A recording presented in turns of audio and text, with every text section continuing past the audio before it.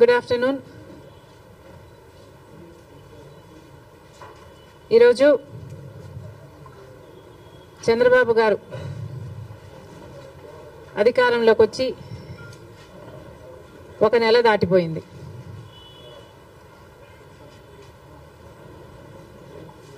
చంద్రబాబు గారు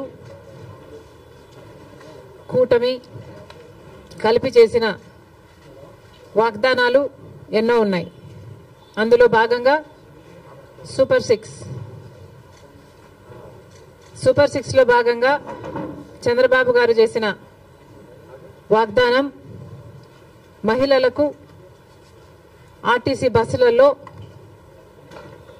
ఫ్రీగా ప్రయాణం చేసే వెసులుబాటు. మరి చంద్రబాబు గారు నెల రోజులైనా ఈ చిన్న వాగ్దానాన్ని ఎందుకు నిలబెట్టుకోవడం లేదో సమాధానం చెప్పాల్సిన అవసరం ఉంది. ఎందుకంటే సూపర్ 6లో భాగంగా చంద్రబాబు గారు మహిళల కోసం చేసిన ఈ వాగ్దానం చాలా ప్రాముఖ్యమైంది. ఇది మంచి పథకం కాబట్టే అటు తెలంగాణలో ఇటు కర్ణాటకలో అమలు చేసిన ఈ పథకాన్ని చంద్రబాబు గారు కూడా సూపర్ 6లో భాగంగా చేర్చడం జరిగింది. మరి తెలంగాణ ప్రభుత్వం రేవంత్ రెడ్డి గారు కాంగ్రెస్ పార్టీ తరఫున ముఖ్యమంత్రి అయిన ప్రమాణ స్వీకారం చేసిన రెండో రోజే మహిళలకు, అమ్మాయిలకు, ట్రాన్స్జెండర్స్కు ఆర్టీసీ బస్సులలో ఫ్రీ ప్రయాణం చేయగలిగారు, అమలు చేయగలిగారు. అధికారంలోకి వచ్చిన 2 రోజుకి.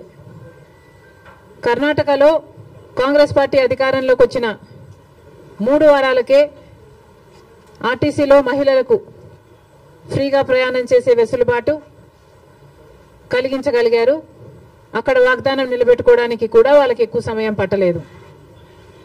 మరి చంద్రబాబు గారికి ఎందుకు ఇంత సమయం పడుతుందో చంద్రబాబు గారు చెప్పాలి. ఎందుకంటే మహిళలకు ఆర్టీసీ బస్సులలో ప్రయాణం చేసే ఈ పథకం చాలా యూస్ఫుల్ కాబట్టే ఈరోజు లేవనెత్తుతున్నాం. మహిళలు అన్న వాళ్ళు మన జనాభాలో సగం, హాఫ్ ద పాపులేషన్కి డైరెక్ట్గా వర్తించే పథకం ఈ పథకం. మహిళలకి రక్షణ కల్పించే పథకం కూడా. ఎందుకంటే మహిళలు ఒక చోటు నుంచి ఇంకో చోటికి వెళ్ళాలి అంటే ఆర్టీసీ బస్సులో అయితే సేఫే కాకుండా ఈ పథకం ద్వారా ఫ్రీగా అయితే మహిళలు ఎక్కువ ఆర్టీసీ బస్సులలోనే ప్రయాణం చేసే అవకాశము వీలు ఉంటుంది. కాబట్టి వాళ్ళ పాపులేషన్ ఆర్టీసీ బస్సులో ఎక్కువ అయితే, సే ఫర్ ఎగ్జాంపుల్ ముందు భాగంలో మొత్తం మహిళలకని రిజర్వేషన్ ఉంది కాబట్టి మహిళలు ఎక్కువ భాగం అయితే, మోస్ట్ ఆఫ్ ద బస్ మహిళలు అయితే వాళ్ళకు సెక్యూరిటీగా కూడా ఉంటుంది. కాబట్టి మహిళలకు పనికొచ్చే పథకం ఈ పథకం. మరి ఈ చిన్న పథకాన్ని అమలు చేయడానికి చంద్రబాబు గారికి ఇంత సమయం ఎందుకు పడుతుందో, దీంట్లో విధి విధానాలు ఏముంటాయో, పరిశీలించాల్సింది ఏముంటుందో మాకైతే అర్థం కావటం లేదు. ఎందుకంటే విధి విధానాలు దీంట్లో పరిశీలించి చేయాల్సింది ఏముంటుంది? మహిళలు అన్నాక మహిళలందరికీ వర్తిస్తుంది, ఆడపిల్లలందరికీ వర్తిస్తుంది. మరి దీంట్లో విధులు విధానాలు ఏముంటాయి? బస్సులోకి ఎక్కుతారు, వాళ్ళకు ఫ్రీగా ప్రయాణం చేసే వెసులుబాటు కలిగించాలి. ఇది ఇంత సింపుల్ పథకం కాబట్టే రేవంత్ రెడ్డి గారు రెండో రోజే దీన్ని అమలు చేయగలిగారు. ఏ పథకమైనా అమలు చేయడానికి చిత్తశుద్ధి ఉండాలి. రాజశేఖర రెడ్డి గారికి ఆ చిత్తశుద్ధి ఉంది కాబట్టే రాజశేఖర రెడ్డి గారు ఉచిత విద్యుత్తు అంత తొందరగా మొదటి సంతకంలోనే వాగ్దానం చేశారు. కాబట్టి విధి విధానాలు ఏమీ ఆలోచించకుండా మేనిఫెస్టోలో పెట్టిన అంశం కాబట్టి వెంటనే అమలు చేయడం కూడా జరిగింది. మరి అలాంటప్పుడు మహిళలకు ఇంతగా పనికొచ్చే ఈ పథకాన్ని చంద్రబాబు గారు ఇంత సమయం ఎందుకు పడుతుందో సమాధానం చెప్పాలి. ఇవే కాకుండా చంద్రబాబు గారి సూపర్ 6లో మిగతా పథకాలకు కూడా చంద్రబాబు గారు వెంటనే అమలు చేయాలని డిమాండ్ చేస్తున్నాం. ఈరోజు కొత్తగా నిన్న చంద్రబాబు గారు ఇచ్చిన జియో ప్రకారము అమ్మకి వందనం అనే పథకం, అమ్మకి వందనం అనే పథకంలో చంద్రబాబు గారు వాగ్దానం చేసినప్పుడు ప్రతి తల్లికి ఎంతమంది బిడ్డలుంటే అంతమంది, ఒకరుంటే 15,000 వస్తుంది, ఇద్దరుంటే 30,000 వస్తుంది, ముగ్గురుంటే 45,000 వస్తుంది, నలుగురుంటే ఏకంగా 60,000 వస్తుంది అని చంద్రబాబు గారు ఊదరగొట్టి మరీ క్యాంపెయిన్ చేశారు. మరి ఈ స్కీమ్కు విధి విధానాలు ఎలా ఉంటాయి? చంద్రబాబు గారు నిన్న విడుదల చేసిన జీవోలో అయితే ప్రతి తల్లికి అని రాశారు. అంటే ఈ పథకం ప్రతి తల్లికి 15,000నా లేకపోతే ప్రతి బిడ్డకు 15,000నా? చాలా కన్ఫ్యూజింగ్ గా ఉంది. ఈ సాక్షి పత్రిక అయితే ప్రతి తల్లికి 15,000 మాత్రమే, అంటే ఒక్కరికే ఇస్తారు, తల్లికి ఇస్తారు, ఒక బిడ్డకు చొప్పునే ఇస్తారు, మిగతా వాళ్ళకందరికీ ఎగనామం పెడతారు అని సాక్షి రాయడం జరిగింది. మరి చంద్రబాబు గారు దీని క్లారిటీ ఇవ్వాలి. ఈ పథకం వర్తిస్తున్నది ప్రతి తల్లికి 15,000 లేకపోతే ప్రతి బిడ్డకు 15,000? చంద్రబాబు గారు వాగ్దానం చేసినట్టు ప్రతి బిడ్డకు 15,000 ఇవ్వాలని, ఆ లెక్కన నలుగురు బిడ్డలుంటే 60,000 ఇవ్వాలని మేము డిమాండ్ చేస్తున్నాం. ఇంకో మారు సాక్షిని నడుపుతున్న జగన్మోహన్ రెడ్డి గారు కూడా సమాధానం చెప్పాలి. ఇలాగే జగన్మోహన్ రెడ్డి గారు కూడా అమ్మఒడి అనే పథకం ఆయన ముఖ్యమంత్రి కాకముందు అమ్మఒడి పథకం కింద మేము ప్రతి బిడ్డకు 15,000 ఇస్తాము అని ఆ రోజు వాగ్దానం చేశారు. తర్వాత ముఖ్యమంత్రి అయ్యారు జగన్మోహన్ రెడ్డి గారు, ప్రతి బిడ్డకు 15,000 ఇవ్వలేదు, ఒక్క బిడ్డకు మాత్రమే. అంటే ప్రతి తల్లికి 15,000 అన్నట్టుగానే జగన్మోహన్ రెడ్డి గారు కూడా వ్యవహరించారు. మరి జగన్మోహన్ రెడ్డి గారికి ఆ వాగ్దానం గుర్తులేదేమో ఈరోజు చంద్రబాబు గారి గురించి రాస్తున్నారు. జగన్మోహన్ రెడ్డి గారు కూడా ఇదే వాగ్దానాన్ని ఇచ్చి మాట తప్పడం జరిగింది. తల్లికి 15,000 అని అనకుండా ఆ రోజు బిడ్డకు ఎంతమంది బిడ్డలుంటే అంతమంది బిడ్డలకు 15,000 ఇస్తాము అని తాను చెప్పడమే కాదు, జగన్మోహన్ రెడ్డి గారి తరపున క్యాంపెయిన్ చేసిన నేను కూడా, నాతో కూడా అదే వాగ్దానమే చెప్పించారు. ఆ రోజుల్లో నేను కూడా జగన్మోహన్ రెడ్డి గారు ఈ పథకాన్ని అమలు చేస్తారు అని నమ్మి బాయ్ బాయ్ బాబు క్యాంపెయిన్లో నేను కూడా ప్రచారం చేయడం జరిగింది. కానీ జగన్మోహన్ రెడ్డి గారు ముఖ్యమంత్రి అయిన తర్వాత అమ్మఒడి పథకం కింద కేవలం ఒక బిడ్డకు మాత్రమే ఇవ్వడం జరిగింది. జగన్మోహన్ రెడ్డి గారు ఒక బిడ్డకే ఇచ్చారు, ఇప్పుడు చంద్రబాబు గారు కూడా ఒక బిడ్డకే ఇస్తారు అని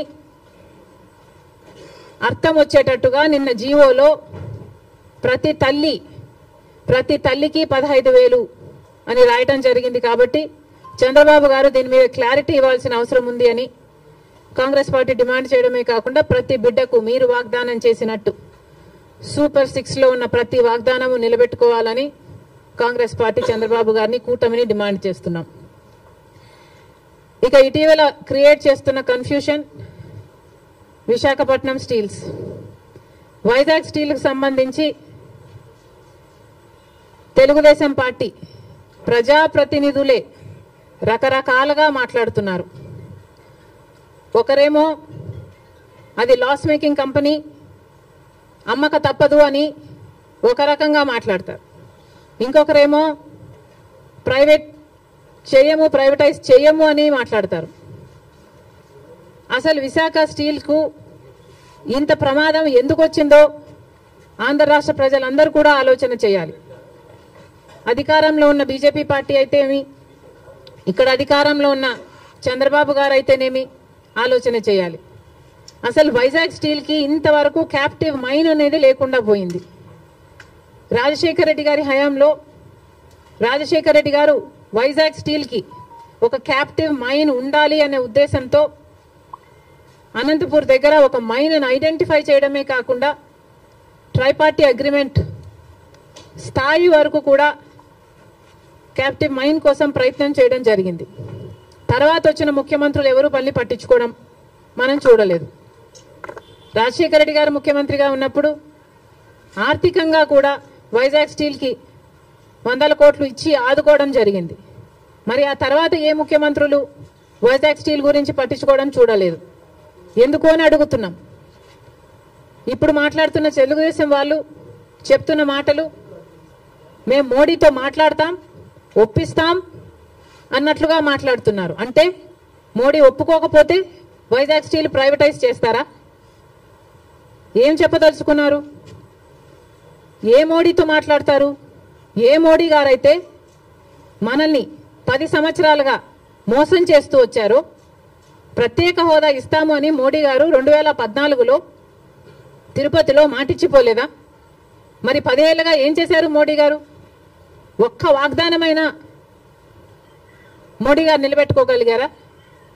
ప్రత్యేక హోదా అయితేనేమి, పోలవరం అయితేనేమి, కడప స్టీల్ ఫ్యాక్టరీ అయితేనేమి, పోర్ట్లు అయితేనేమి, ఇలాంటి ఒక్కటంటే ఒక్కటి కూడా, రాజధాని విషయం అయితేనేమి ఒక్కటి కూడా మోడీ గారు మాట నిలబెట్టుకోలేదు. మరి అదే మోడీ గారి మీద మళ్ళా మాకు నమ్మకం ఉంది, మోడీ గారు ఆదుకుంటారు అన్నట్టుగా మాట్లాడుతున్నారే. టీడీపీ పార్టీ గుర్తుపెట్టుకోవాలి, రాత్రి పడిన గుంటలోనే పగలు కూడా పడే ప్రమాదం ఉంది. ఒకసారి ఆలోచన చేసి మీరు ఎవరిని నమ్ముతున్నారో, ప్రజలకు ఏం మాట్లాడుతున్నారో, ఏం మాటలు చెప్పారో ఆలోచన చేయండి. మోడీ అంటేనే మోసం, మోడీ అంటేనే వెన్నుపోటు. ఆంధ్ర రాష్ట్రానికి ఇప్పటికే 10 సంవత్సరాలుగా వెన్నుపోటు పొడుస్తూనే ఉన్నాడు మోడీ గారు. అలాంటి మోడీ గారి చేతుల్లో వైజాగ్ స్టీల్ పెట్టడం అన్నది దారుణం.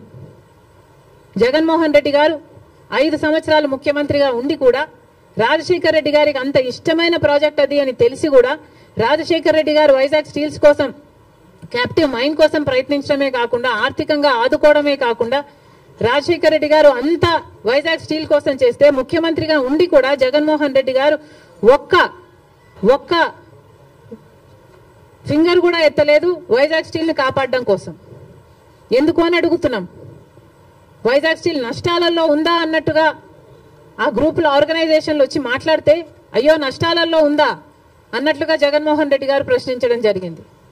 ఇప్పుడు చంద్రబాబు గారేమో నోరిప్పకుండా వాళ్ళ చేత కన్ఫ్యూజింగ్ స్టేట్మెంట్స్ ఇప్పిస్తున్నారు. చంద్రబాబు గారిని డిమాండ్ చేస్తున్నాం, చంద్రబాబు గారే మాట్లాడాల్సిన అవసరం ఉంది. చంద్రబాబు గారే ఢిల్లీలో మీడియా కాన్ఫరెన్స్ పెట్టి, ఢిల్లీ పెద్దలు కూటమి అందరూ కలిసి వైజాగ్ స్టీల్ ప్రైవేటైజ్ చేయబోము అన్న కాన్ఫిడెన్స్ అన్న మాట ఆంధ్ర రాష్ట్ర ప్రజలకు చంద్రబాబు గారు చెప్పాల్సిన అవసరం ఉంది. ఇవన్నీ ఒక ఎత్తు అయితే, ఈరోజు రాజశేఖర రెడ్డి గారు ఉమ్మడి ఆంధ్ర రాష్ట్ర నాయకుడిగా 2 సార్లు గెలిచిన నాయకుడు. అలాంటి నాయకుడికి రాజకీయాలు ఆపాదిస్తూ, గెలుపు ఓటములను ఆపాదిస్తూ ఈరోజు రాజశేఖర రెడ్డి గారి విగ్రహాలను ధ్వంసం చేస్తున్నారు టీడీపీ గూండాలు. ఇది ఎక్కడి న్యాయమని అడుగుతున్నాం. రాజశేఖర రెడ్డి గారు మన రాష్ట్రం కోసం ఎన్నో అద్భుతమైన పథకాలు చేయడం నిజం కాదా? మన రాష్ట్ర ప్రజల కోసం తాను బతికినంత కాలం సేవలు చేస్తూ, పోరాటాలు చేస్తూ బతకడమే కాకుండా చచ్చిపోయేటప్పుడు కూడా ఆఖరికి రచ్చబండకని వెళ్ళి ప్రజల కోసం తప్పించి చనిపోయిన మాట వాస్తవం కదా? మరి అలాంటప్పుడు అంత పెద్ద మనిషి, అంత మంచి మనిషి అయిన రాజశేఖర రెడ్డి గారి విగ్రహాల జోలికి తెలుగుదేశం పార్టీ వాళ్ళు ఎందుకు వెళ్తున్నారో చంద్రబాబు గారు, వాళ్ళ నాయకులు సమాధానం చెప్పాలి. రాజశేఖర రెడ్డి గారు ఏదో వైసీపీ నాయకుడు అన్నట్టుగా వ్యవహరించడం జరుగుతుంది. వైసీపీ వాళ్ళు హత్యా రాజకీయాలు చేసుండొచ్చు, గుండా రాజకీయాలు చేసుండొచ్చు, కక్ష రాజకీయాలు చేసుండొచ్చు, మేము కాదంటం లేదు. కానీ దానికి రాజశేఖర రెడ్డి గారికి ఏమిటి సంబంధం అని అడుగుతున్నాం. వైఎస్ఆర్ సిపి అంటే యువజన శ్రామిక రైతు party. YS Rajasekhara Reddy party కాదది. వైసీపీలో రాజశేఖర రెడ్డి గారు లేరు. రాజశేఖర రెడ్డి గారి పథకాలు లేవు. రాజశేఖర రెడ్డి గారి ఆశయాలను నిలబెట్టే వాళ్ళు లేరు. మరి అలాంటప్పుడు రాజశేఖర రెడ్డి గారి విగ్రహాలను ఎందుకు పగలగొడుతున్నారో తెలుగుదేశం పార్టీ వాళ్ళు ఒకసారి ఆలోచించాలి.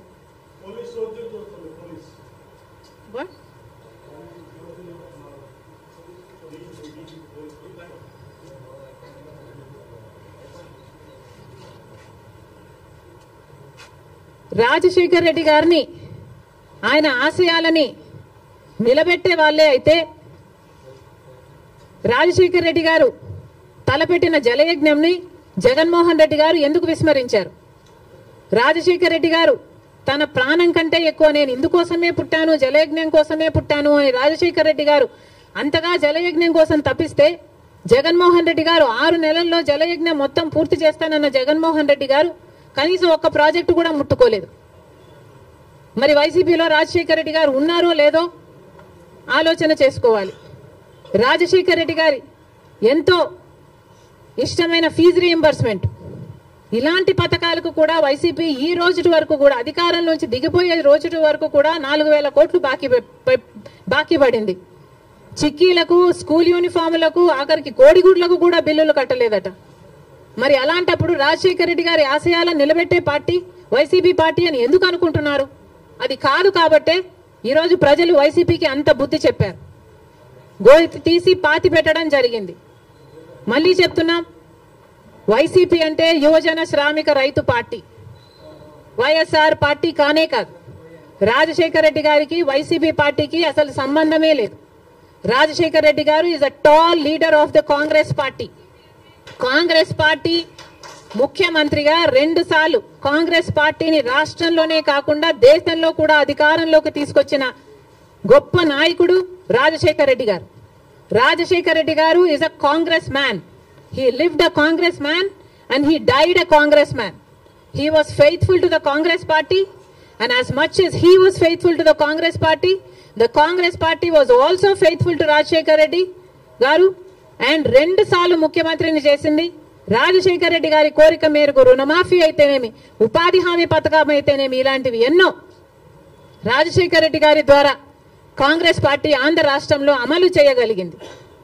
రాజశేఖర రెడ్డి గారు కాంగ్రెస్ పార్టీ నాయకుడు కాబట్టే, కాంగ్రెస్ పార్టీ సేవకుడు కాబట్టే, కాంగ్రెస్ పార్టీ ఎలా ఆలోచన చేస్తుందో అలా ఆలోచన చేశాడు కాబట్టే అంత అద్భుతమైన పథకాలను, ఫీజు రీయింబర్స్మెంట్ అయినా, ఆరోగ్యశ్రీ అయినా, ఇందిరమ్మ ఇళ్ల పథకం అయినా, ఇలాంటివి ఎన్నో పథకాలు బీదవారి కోసం, అట్టడుగున ఉన్న వర్గాల కోసం రాజశేఖర రెడ్డి గారు చేయగలిగారు అంటే ఇవన్నీ కాంగ్రెస్ మ్యాన్ గా రాజశేఖర రెడ్డి గారు చేశారు. మళ్ళీ చెప్తున్నాం, ఈరోజు కాంగ్రెస్ మ్యాన్ గా రాజశేఖర రెడ్డి గారు నిలిచారు, బతికారు, అలాగే చచ్చిపోయారు. వైసీపీ పార్టీని అడుగుతున్నాం, మొన్న YCP party Congress party TDP పార్టీకి తోక పార్టీ అన్న కమెంట్ చేశారు. మేము కాదు తోక పార్టీ, బీజేపీ పార్టీకి తోక పార్టీ వైసీపీ పార్టీ. అధికారంలో ఉన్న 5 సంవత్సరాలు వైసీపీ పార్టీ బీజేపీ పార్టీకి ఊడిగలు చేసింది. ఎక్కడ వాళ్ళకి ఏ అవసరం ఉంటే ఆ బిల్లుకు అప్పుడు అక్కడ మద్దతు ఇచ్చారు. బీజేపీ పార్టీకి సంబంధించిన ఏ బిజినెస్ మ్యాన్ ఉన్నా, ఏ నాయకుడున్నా, రాజ్యసభ కావాలంటే రాజ్యసభ, టీటీడీ కావాలంటే టీటీడీ, ఏది పడితే అది బీజేపీకి తొత్తులుగా పనిచేసిన పార్టీ వైసీపీ పార్టీ. అధికారంలో ఉన్నప్పుడు ప్రత్యేక హోదాను తాకట్టు పెట్టడమే కాకుండా రాష్ట్ర భవిష్యత్తును కూడా తాకట్టు పెట్టిన పార్టీ వైసీపీ పార్టీ. బీజేపీ పార్టీకి అధికారంలో 5 సంవత్సరాలు ఊడిగలు చేయడమే కాకుండా ఇప్పుడు కూడా స్పీకర్ విషయంలో, మొన్న జరిగిన స్పీకర్ ఎన్నికల విషయంలో మళ్ళీ అదే బీజేపీ పార్టీకి మద్దతు ఇచ్చాడు జగన్మోహన్ రెడ్డి గారు. మణిపూర్ ఘటనలతో సహా మొత్తం ఏది చూసుకున్నా కూడా బీజేపీ పార్టీతోనే ఉన్నాడు జగన్మోహన్ రెడ్డి గారు. మరి బీజేపీ పార్టీకి తొత్తుగా ఉన్నది, తోక పార్టీగా ఉన్నది, ఉంచుకున్న పార్టీగా ఉన్నది వైసీపీ పార్టీ. మళ్ళీ చెప్తున్నాం, కాంగ్రెస్ పార్టీ ఒక నిబద్ధత కలిగిన పార్టీ, నిజాయితీ ఉన్న పార్టీ. మేము ఎవరికి అక్రమంగా ఏ పార్టీతో పొత్తులు పెట్టుకోలేదు, సంబంధాలు పెట్టుకోలేదు వైసీపీ పార్టీ లాగా. మళ్ళీ చెప్తున్నాం, రాజశేఖర్ రెడ్డి గారు is a Congress man. Telugu Desam party నాయకుల్ని, కార్యకర్తలకి అందరికీ కూడా హెచ్చరిస్తున్నాం, రాజశేఖర్ రెడ్డి గారి విగ్రహాల జోలికి వెళ్ళకండి. వైసీపీకి వైఎస్ఆర్కి సంబంధం లేదు. యువజన శ్రామిక రైతు పార్టీ జగన్మోహన్ రెడ్డి గారి పార్టీ. రాజశేఖర్ రెడ్డి గారు is a Congress man. Rajasekhar Reddy గారి విగ్రహాల జోలికి మళ్ళీ వెళ్లారు అంటే నేనే వెళ్లి ఆ విగ్రహాల దగ్గర ధర్నా చేస్తా. ఏ ఊర్లో మీరు బద్దలు కొడతారో ఆ ఊరికి వచ్చి ఊరికి వచ్చి నేను ధర్నాలు చేసి మిమ్మల్ని బద్నాం చేస్తాం. అంతేకాదు, మీరు గుర్తుపెట్టుకోవాల్సిన విషయం ఏమిటంటే, ఇదే హత్య రాజకీయాలు, ఇదే కక్ష రాజకీయాలు, ఇదే గుండా రాజకీయాల వల్ల ప్రజలు విసుకెత్తి వైసీపీ పార్టీకి గోయి తీసి పాతి పెట్టడం జరిగింది. మళ్ళీ అదే తెలుగుదేశం పార్టీకి జరగకుండా చూసుకోండి. Thank you very much.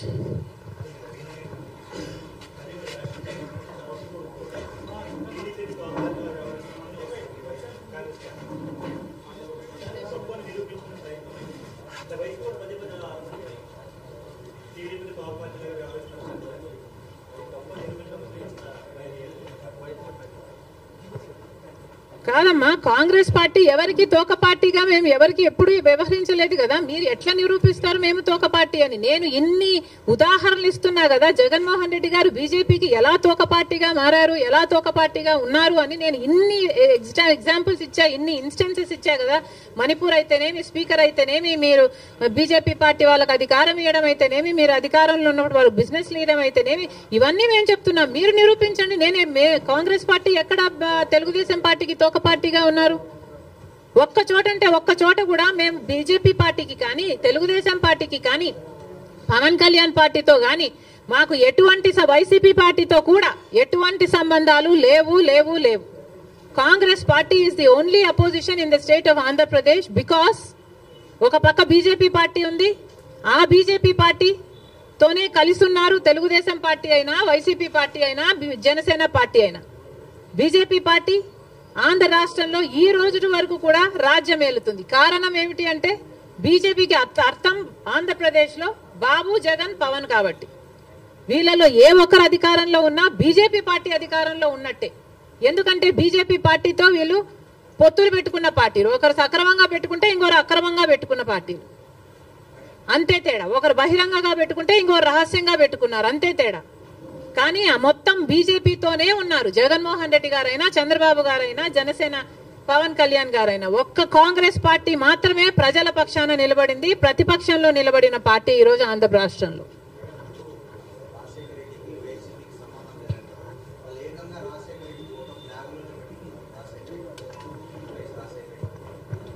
Rajasekhar Reddy గారి ఫోటోను ఇక్కడ అక్కడ పెట్టుకుంటే సరిపోతాయా? ఇక్కడ ఉండాలి. ఇక్కడ ఉంటే రాజశేఖర్ రెడ్డి గారి ఆశయాలు ఈ రోజు నిలబడిండు. ఇక్కడ లేదు కాబట్టే రాజశేఖర్ రెడ్డి గారి జలయజ్ఞాన్ని గాల్లోకి వదిలేశారు, రాజశేఖర రెడ్డి గారి ఫీజు రీయింబర్స్మెంట్ గాల్లోకి వదిలేశారు. ఇక్కడ లేదు కాబట్టి రాజశేఖర రెడ్డి గారి ఆరోగ్యశ్రీకి కూడా బాకీలు పెట్టారు. రాజశేఖర రెడ్డి గారు అంతగా చెప్పుకుంటున్నారు కదా. మరి రాజశేఖర రెడ్డి గారి వర్ధంతి మొన్న జరిగిందయ్యా, 75వ వర్ధంతి. ఏం చేశారో చెప్పండి. 75వ జయంతి మొన్న జరిగింది. 75వ జయంతి రాజశేఖర రెడ్డి గారు ఎంత గొప్పగా చేసి ఉండాలి. మరి ఏం చేశాడు జగన్మోహన్ రెడ్డి గారు 75వ జయంతి కోసం? ఇడుపులపాయకి వెళ్ళారు.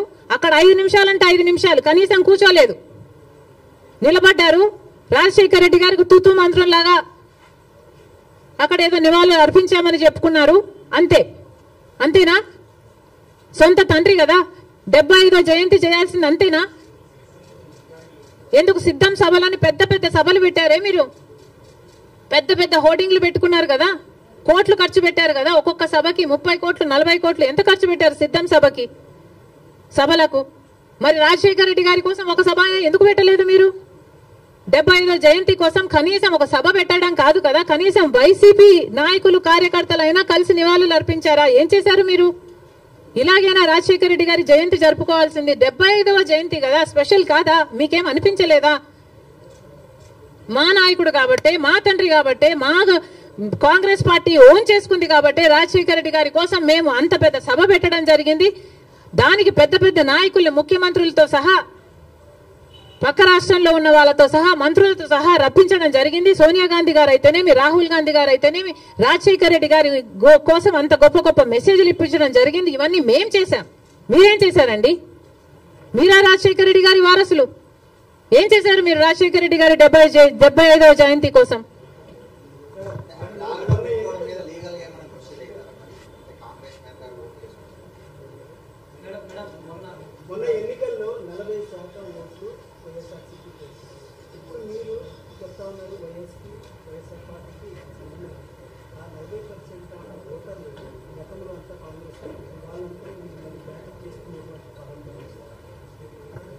తప్పకుండా చేస్తాం. ఎందుకు చేయకూడదు? ఏ 39% వైసీపీకి ఓట్లేసిన వాళ్ళు ఉన్నారో వాళ్ళందరూ చంద్రబాబు గారు ముఖ్యమంత్రి కాకూడదు అని ఓట్లేసిన వాళ్ళు. అంటే గత ఎన్నికలు మొత్తము చంద్రబాబు ముఖ్యమంత్రిగా కావాలా, లేకపోతే చంద్రబాబు గారు ముఖ్యమంత్రిగా వద్దా అన్న లైన్ మీద జరిగింది. ముఖ్యమంత్రిగా చంద్రబాబు గారు వద్దు అనుకున్న వాళ్ళు మొత్తం వైసీపీకి వేశారు. ఎందుకంటే కాంగ్రెస్కి ఆ ఛాన్స్ లేకపోయింది కాబట్టి, కాంగ్రెస్ వాజ్ టూ వీక్ కాబట్టి ముఖ్యమంత్రి స్థాయిలో చంద్రబాబు వద్దు అన్న వాళ్ళు జగన్మోహన్ రెడ్డి గారికి వేశారు. తప్పితే జగన్మోహన్ రెడ్డి గారు ఫ్యాన్స్ ఏం కాదు. వాళ్ళంతా కాంగ్రెస్ పార్టీ నుంచి అక్కడికి పోయిన వాళ్ళే. వాళ్ళంతా మా వాళ్ళండి. మా వాళ్ళని మళ్ళీ మేము ఓన్ చేసుకోవడంలో తప్పేముంది? ముమ్మాటికి ట్రై చేస్తాం. The 39% is actually belongs to the Congress. మా ఓటు బ్యాంక్ అది. చూపిస్తాం అది కూడా 2029 కల్లా.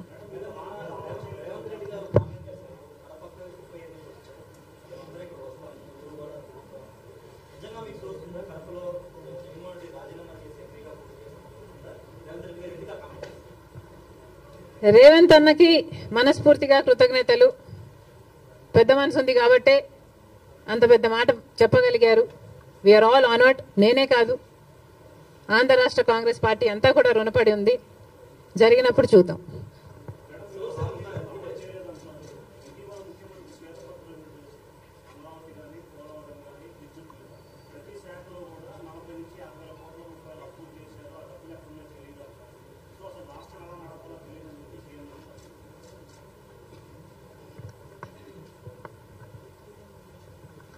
రాష్ట్రం ఎలా నడపాలో సీఎం తెలియదు అని చెప్తున్నారు అంటే నేను నమ్మను. ఆయనకు ఎక్స్పీరియన్స్ ఉంది అనుకునే జనాలు 4వ సారి ముఖ్యమంత్రినిగా చేశారు. అలాంటి స్టేట్మెంట్ ఇచ్చుంటాడు అని నేను అనుకోను. ఒకవేళ ఇచ్చుంటే that's very very irresponsible. He has to figure out a way how to take this forward. చాలా అన్యాయం. చంద్రబాబు గారు 5 సంవత్సరాలు ముఖ్యమంత్రిగా ఉండి 2 లక్షల కోట్ల అప్పు చేస్తే, జగన్మోహన్ రెడ్డి గారు 5 సంవత్సరాలుగా ఉండి 8 లక్షల కోట్ల అప్పు చేశారు. ఇక్కడ నుంచి ఎలా ముందుకు వెళ్ళాలి అనేది చంద్రబాబు గారు ఫిగర్ అవుట్ చేసుకోవాలి. అందుకు టైం పట్టొచ్చు. అందుకనే మేము ఇప్పటి నుంచి వీఆర్ నాట్ స్పెషల్ స్టేటస్ మీద, పోలవరం మీద, రాజధాని మీద మేము ఇప్పటి నుంచి ధర్నాలు, కొట్లాట్లు చేయటం లేదు. ఎందుకంటే మాకు కూడా తెలుసు హీ నీడ్ సమ్ టైం. కానీ ఉచిత ప్రయాణం ఆడవాళ్ల కోసం అన్నది అది వెంటనే చేయొచ్చు కదా అన్నదే నా పాయింట్. మహిళలకు మొన్న అమలాపురంలో ఒక ఆడబిడ్డ మీద అత్యాచారం జరిగింది, నంద్యాలలో జరిగింది. ఇలాంటివన్నీ ఆపటానికే, మహిళలకు కొంచెం సెక్యూరిటీ కలిగించడానికే సచ్ అన్ ఈజీ స్కీమ్ కదా. తెలంగాణలో 2 రోజుల్లో అమలు చేశారు. ఇక్కడ ఎందుకు చేయలేకపోతున్నారు? చేయండి. చేసిన తర్వాత దాని పరిణామాలు ఎలా ఉంటాయి, దాని నష్టాలు ఎలా ఉంటాయి, అది గవర్నమెంట్ ఆర్టీసీకి ఎలా భర్తీ చేయాలన్నది మీరు చూసుకోండి. కానీ మీరు ఆల్రెడీ వాగ్దానం ఇచ్చారు కాబట్టి నిలబెట్టుకోండి అని మాత్రమే మేము చెప్తున్నాం.